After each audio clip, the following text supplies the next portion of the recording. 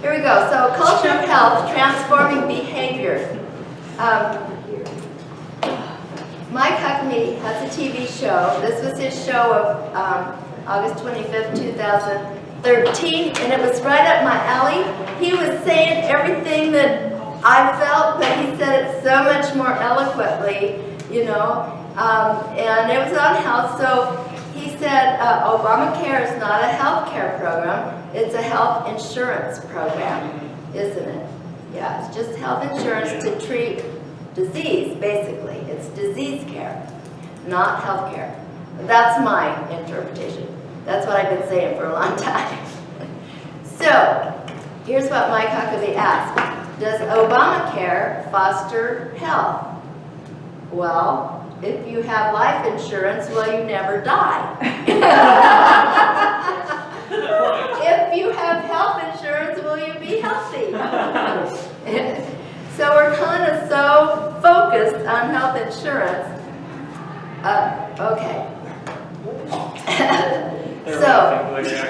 Yeah. So the health crisis. America does not have a health care crisis, but a health crisis. Amen. Yeah. We're focused on disease, not health. It's like we're taking people to the top of the cliff and pushing them over, and then we send all the ambulances down to the bottom to scoop them up and try to put them back together, when it would be much simpler and much more effective to build a fence at the top of the cliff so they don't go over, right? Unfortunately, it's not that easy when it comes to dealing with people's lifestyle habits. But we're not healthy. We live longer, but not healthier. So the United States right now is a culture of disease. So why do we have so much chronic disease? It's mostly behavioral: overeating, under-exercising, smoking. And not overeating, but eating eating dead foods, eating non-foods. We've talked about that. We're a sick nation, and all of the insurance in the world won't make us healthier. And that's what I've been saying all along. You know, if we want to turn the health around in this nation, we have to take personal responsibility for our health. And how do we get people to do that? It's a big job. So the collapse of the health system, we focus on intervention when disease becomes obvious instead of prevention. And intervention is very expensive, just like the demonstration of pushing people over the cliff. So here was Mr. Huckabee's priorities: prevent, cure, treat. No money in keep people being healthy. No, there's no money in keeping people being healthy. Yeah, it's not all money in curing them. Yes. So, so how do we create a culture of health? Mindsets have to change, right? And so I'm thinking, how do we change mindsets? So I start thinking about video games. You know how kids are so hooked into video games. I thought, could we make video games that would change their way of thinking? And you know, work with neuroscientists to do that. And I never played video games, so I didn't even really know where to start. But then I started watching my little 5-year-old grandson playing video games, you know, and it's all about you know, things flying at you and you have to jump over them or catch them or something. And so I thought, well, could we do a game like all this food was coming at somebody, and if they caught the junk food, the cancer monster would get them. You know? If they caught the junk food, the cancer monster would run away. Sidekick diabetes. Right. You guys think about that, especially you guys that love video games. You can come up with that. I saw you playing this afternoon. Right. Yeah, get the monsters, kill the cancers. Yeah, if you catch enough broccoli, you kill the cancer. Throw broccoli at it. Shoot a broccoli at it. Yeah, right. Shoot the broccoli, right. You could shoot it with a broccoli gun. Yeah. There we go. So You know, so then I went back to what Dr. Jeffrey Schwartz was saying, the psychiatrist, neuroscientist, pay attention to what your brain is doing. So what a person's brain is paying attention to can have a lot of impact on their behavior. And basically, when your behavior gets out of control, it's because your attention is out of control. So our attention is always out of control in our culture, isn't it? That all the TV ads, they lie. Most of them do. Yeah. So what gets your attention regularly? Are these? There's the trans fats again. Yeah. How do we change what we pay attention to? Well, here's what Dr. Schwartz said, right? Relabel what's happening. What's the lie are you believing? What's your brain locked on? I love Pepsis. I love Pepsis. I can't live without a Pepsi. Right? Is that true? Can you live without a Pepsi? Do you think you might live without a Pepsi? I'm so glad my mom allowed us one soft drink a year. She said, when you're old enough to know better, you can drink all you want. So I drink all I want. I don't remember when I've had one. At least 5 years or more. All right, good. Then we remind ourselves that the reason for our behavior is the faulty circuit. It's the lies we're believing, right? So we have to learn to recognize the lies. That takes a lot of conscious effort in our society because we are so impacted by what looks good, what tastes good, and maybe what feels good, but in the long run, it doesn't feel good in relation to the junk foods because it makes us feel terrible, but we don't recognize it. And then we have to refocus on the positive. So, what's your brain locked on? The inflammatory foods? Here's the results. What does that mean? Heart attack. Yeah. Universal sign for a heart attack. First thing you learn in emergency medicine. All right. What's your brain locked on? Inflammatory food. Obesity. What's the truth? If you eat these, you love that health, right? This is the truth.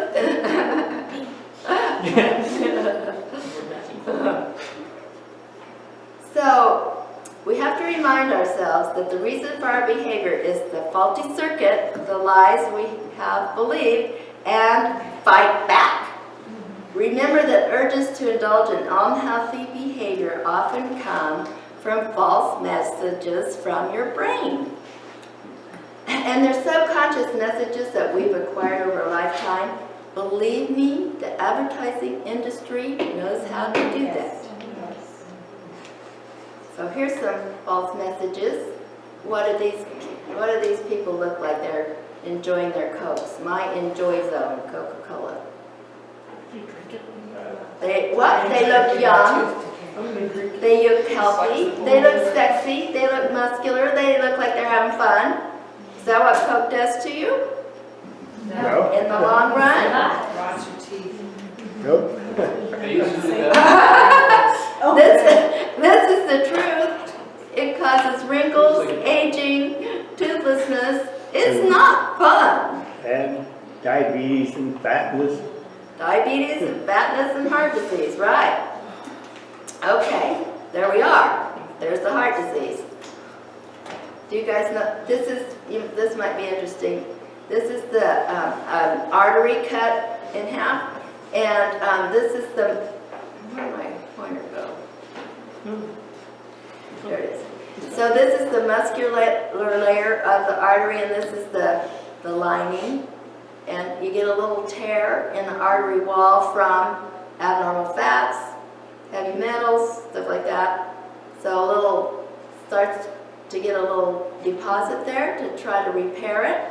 It's a fatty deposit with some cholesterol, but it never really gets the right things to repair it, so that it keeps laying down more and more and more layers until it's small and it's easy to get a clot. That's a blood clot, and that's what sets off a heart attack a lot of times.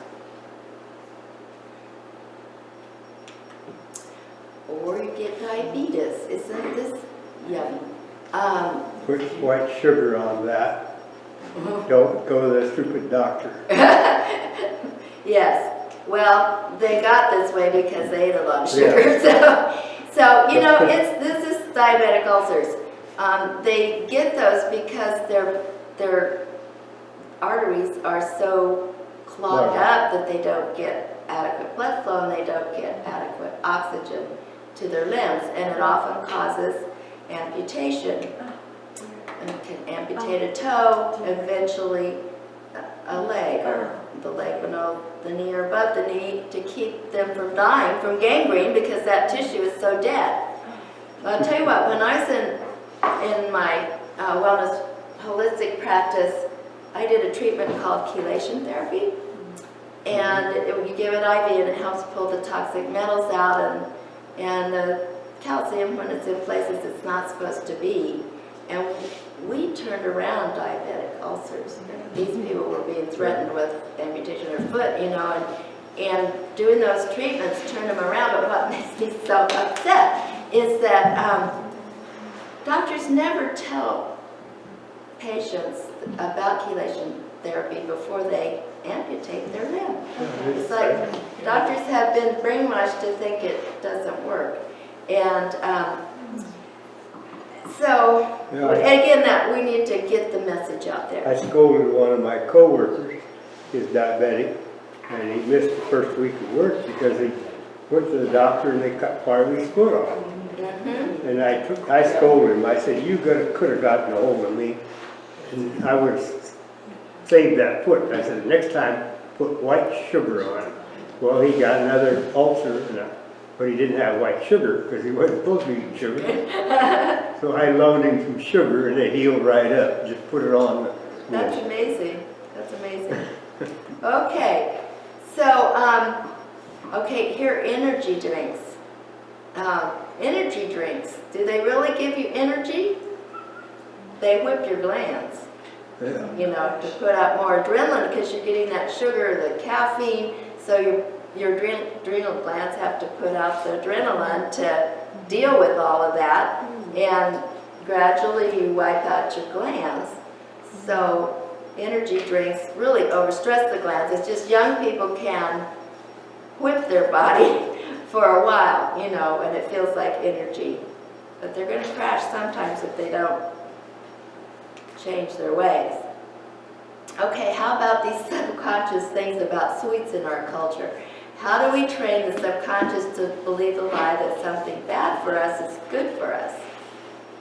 Okay, so we use sweets in our culture as rewards, gifts, for comfort. How many people, we talked about this before, give M&Ms for go potty on a body? Yeah. Or you get dessert if you clean your plate. What does that say about the vegetables? They're just a necessary evil you have to get through before you get your sweet junk. School incentives. Schools use a lot of sweets. Although I'd say they're getting better about giving rewards, little toys and things like that as rewards. That's good. And sometimes even at home, there are home incentives that use sweets or treats, or whenever you get so many good grades, we'll go to the ice cream parlor. Love gifts, Valentine, sweet celebrations. Yeah. Oh, relieve stress with comfort food. What's your favorite comfort food? They give you free chocolates there. They give you free chocolates where? See's candy. They give you free chocolates at Really? See's Candy? Yeah, They- simple. Well, of course, they're going to get you hooked. Yeah. Yeah, it's like giving somebody drugs, free drugs to get them hooked. But let's talk about comfort foods. Are comfort foods usually comforting, actually? Not. I have this idea to develop the new comfort foods, you know? So how do we change? We have to build new tracks in our brains, don't we? We rewire our brains for healthy thinking and seeing. So what are you guys laughing about over there? Dark chocolate broccoli. Dark chocolate broccoli, right. But the dark chocolate's gotta be 85% cacao. Right. Yes. Dark chocolate has to be 85% dark chocolate. All right, how do we rewire brains for healthy thinking and seeing? Well, what was Dr. Todd's method? Constraint training. So you bind it, ignore it, get the junk food out of sight, okay? Then you focus on the new. So you clean out all the junk in your cupboards and you fill your refrigerator up with good vegetables. Pay attention only to the new and healthy. And do that repetitively. Daily habits. It takes 3 weeks to make a habit. And then once you get used to that, it's kind of subconscious and it seems easy again. So keep developing new habits. Don't do everything at once. Take it a step at a time. Okay, so what's the truth? What do we need to visualize that's actually the truth? All these good healthy foods. We have our meats, fish, fruit, veggies. This is healthy, right? This is actually comfort food. This is what's going to make us feel great. And think about putting a skull and crossbones or one of these negative signs on the junk food stuff. So start visually, biohazard, yeah. Start visualizing that, you guys. Start thinking about, oh, look at all those beautiful vegetables. They're gorgeous. I love them. They taste so good. Somebody's laughing. Their brain's rejecting that.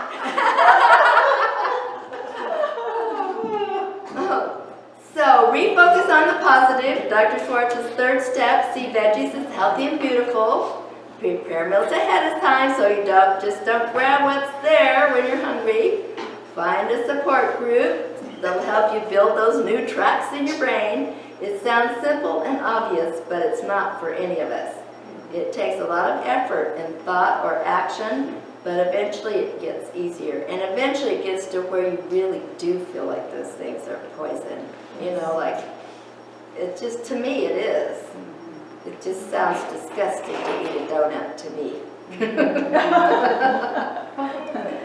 And Dr. Hegstrom said the same thing. Identify the lie, build new tracks in your brain. Are we seeing a pattern here? You think this might be something that that works? So with the brain, like anything else, you have to use it or lose it. Brain rejuvenation. Your brain really does build new cells, birth new cells. They're birthed in the hippocampus, which is a portion of the brain. They're called stem cells.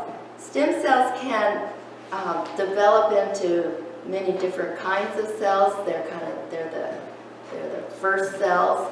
They're not specialized, but they can continually reproduce exact replicas of themselves and without signs of aging. So they're eternally young baby cells of the brain. And they have found some neuronal stem cells in other parts of the brain and the spinal cord. So they're hoping to eventually find something that will activate the dormant stem cells with drugs. And then they transplant them into brain areas for regeneration. You know, so because it may be that, you know, so far we haven't been able to turn around paralysis when the spinal cord's cut. And so the hope is that eventually they'll find something like that. Here's the mouse experiment. They had young mice and old mice living in an enriched environment. Just mean they had a lot of mouse toys. Balls, tubes, running wheels. And then they had the similar set of mice in a more boring environment. So the ones that were in the enriched environment had a 5 to 15% increase in the volume of their hippocampus. In other words, the hippocampus got larger, that part of the brain that bursts those new neurons. And they actually developed 40,000 new neurons just from exercising and playing, having a good time. So they were better at learning and exploring and moving than the mice that were in the boring environment. So human brain fitness is similar. We have to increase the number of new neurons. So we need a new physical activity, new or unusual environments. So instead of keeping repeating something we're already good at, we have to do something different. So if you're good at playing the piano, maybe you want to learn a new language, to stimulate your brain. And in the mice, the most effective activity to increase new neurons was running on the wheel, which is really just like walking for them. It looks like they're running, but there's so little resistance in the wheel. It's the energy of walking. So, but I kind of misspoke on increasing the number of neurons. That has to do with physical activity. So if you're, the example there would be if you've been doing, a certain weight workout, just doing the same bicep exercise, the same tricep exercise. You need to mix it up, or you need to do maybe stretching instead of weight strength training to get your brain to build new neurons. But learning activities extended the life of those neurons. So exercise increases neurons, learning activities helps them live longer. So people with more education seem to experience less mental decline. It's possibly due to more cognitive reserve. In other words, you have more neuronal networks developed from studying.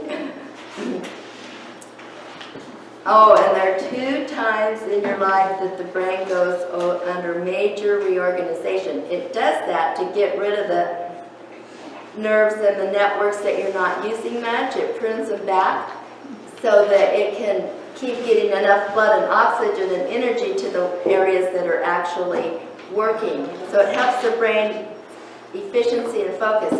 But you would guess what the 2 times of brain reorganization are, right? Adolescence and aging. That's why grandparents get along so well with their grandkids, their adolescent grandkids, because we don't care anymore. We don't care what people think of us. We can play with them again. So you're less likely to develop Alzheimer's if you're physically active, mentally active, socially active, and have more education.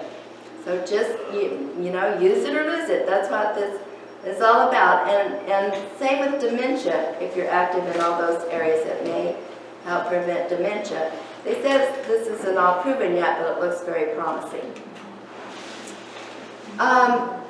Now, activities that require concentration lower the risk of Alzheimer's. So like studying a musical instrument, dancing, it requires physical and mental concentration, playing board games or reading. But these things were not associated with a lower risk of Alzheimer's. Bowling, babysitting, and golfing.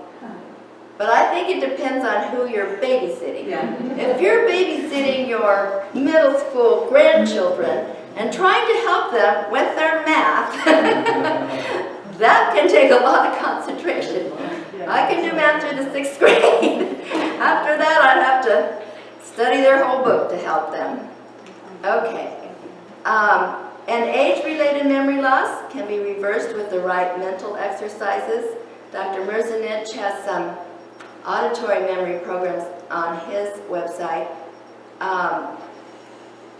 His concept is that we don't pay attention when we listen. So these auditory stimuli make us really concentrate on listening, and that helps our memory grow. Sounds like fun. Yeah. Physical activity keeps oxygen flowing to the brain. It stimulates the neuronal growth factor, BDNF, brain neuronal factor. So important in keeping the brain plastic, malleable. You don't need to exercise really hard or over-exercise. Just normal natural movements of arm and leg swinging on a brisk walk. And that also helps maintain the brain's balance system and helps prevent falls. we're going to have to stop here tonight and take up the rest of this tomorrow, because this is very interesting part too. So, you can go ahead, leave it run. Oh, That's right. okay. Yeah. Okay, I want to go over, we're going to switch this time from having a quiz tomorrow to giving you a little homework assignment. And I think it'll be fun. So here's your homework on the mind brain. Dr. Daniel Amen, MD, tells us to kill the ants, kill the automatic negative thoughts. So refer back to your manual there. What negative thoughts have come up in your mind during this course that would keep you from eating in a brilliant, healthy way? Just what lies have you believed? So really think about that. Maybe your mind's starting to get a little convinced after all last week's, but think about what your mind was saying to you, what the negative stuff was that bubbled up. You know what, when God asks you to do something different, the negative, He asks you to change something, to embark on something, the negative always comes up. Think about Gideon. But I can't do that. I'm just this little guy in this little tribe. How can I go defeat that enemy? Lord, what did the Lord do? Didn't pay a bit of attention to what Gideon was saying. I'll be with you. Here's what you do. That's what the Lord does. Same with Moses. No, I can't talk. Don't send me to Pharaoh. I can't talk. No, God knows who you are and what you're designed to do. But it's okay. That negative stuff is supposed to come up. And then you deal with it. Okay. So then those negative thoughts, okay, when you write down those negative thoughts you're having, listen to your body. How does it feel? Just listen to your body and see how it feels when you have those negative thoughts. So number 3 there, let's think a better thought. What can you think of to replace those negative thoughts? How does your body feel when you think a better thought? Are you in control of how you think? Are you in control of changing your brain? Discuss how you will practice making new tracks in your brain by thinking healthy, positive thoughts. Okay, that should be interesting. I would like us to, if you guys, I hope, will be brave enough to discuss some of your answers. It should be fun.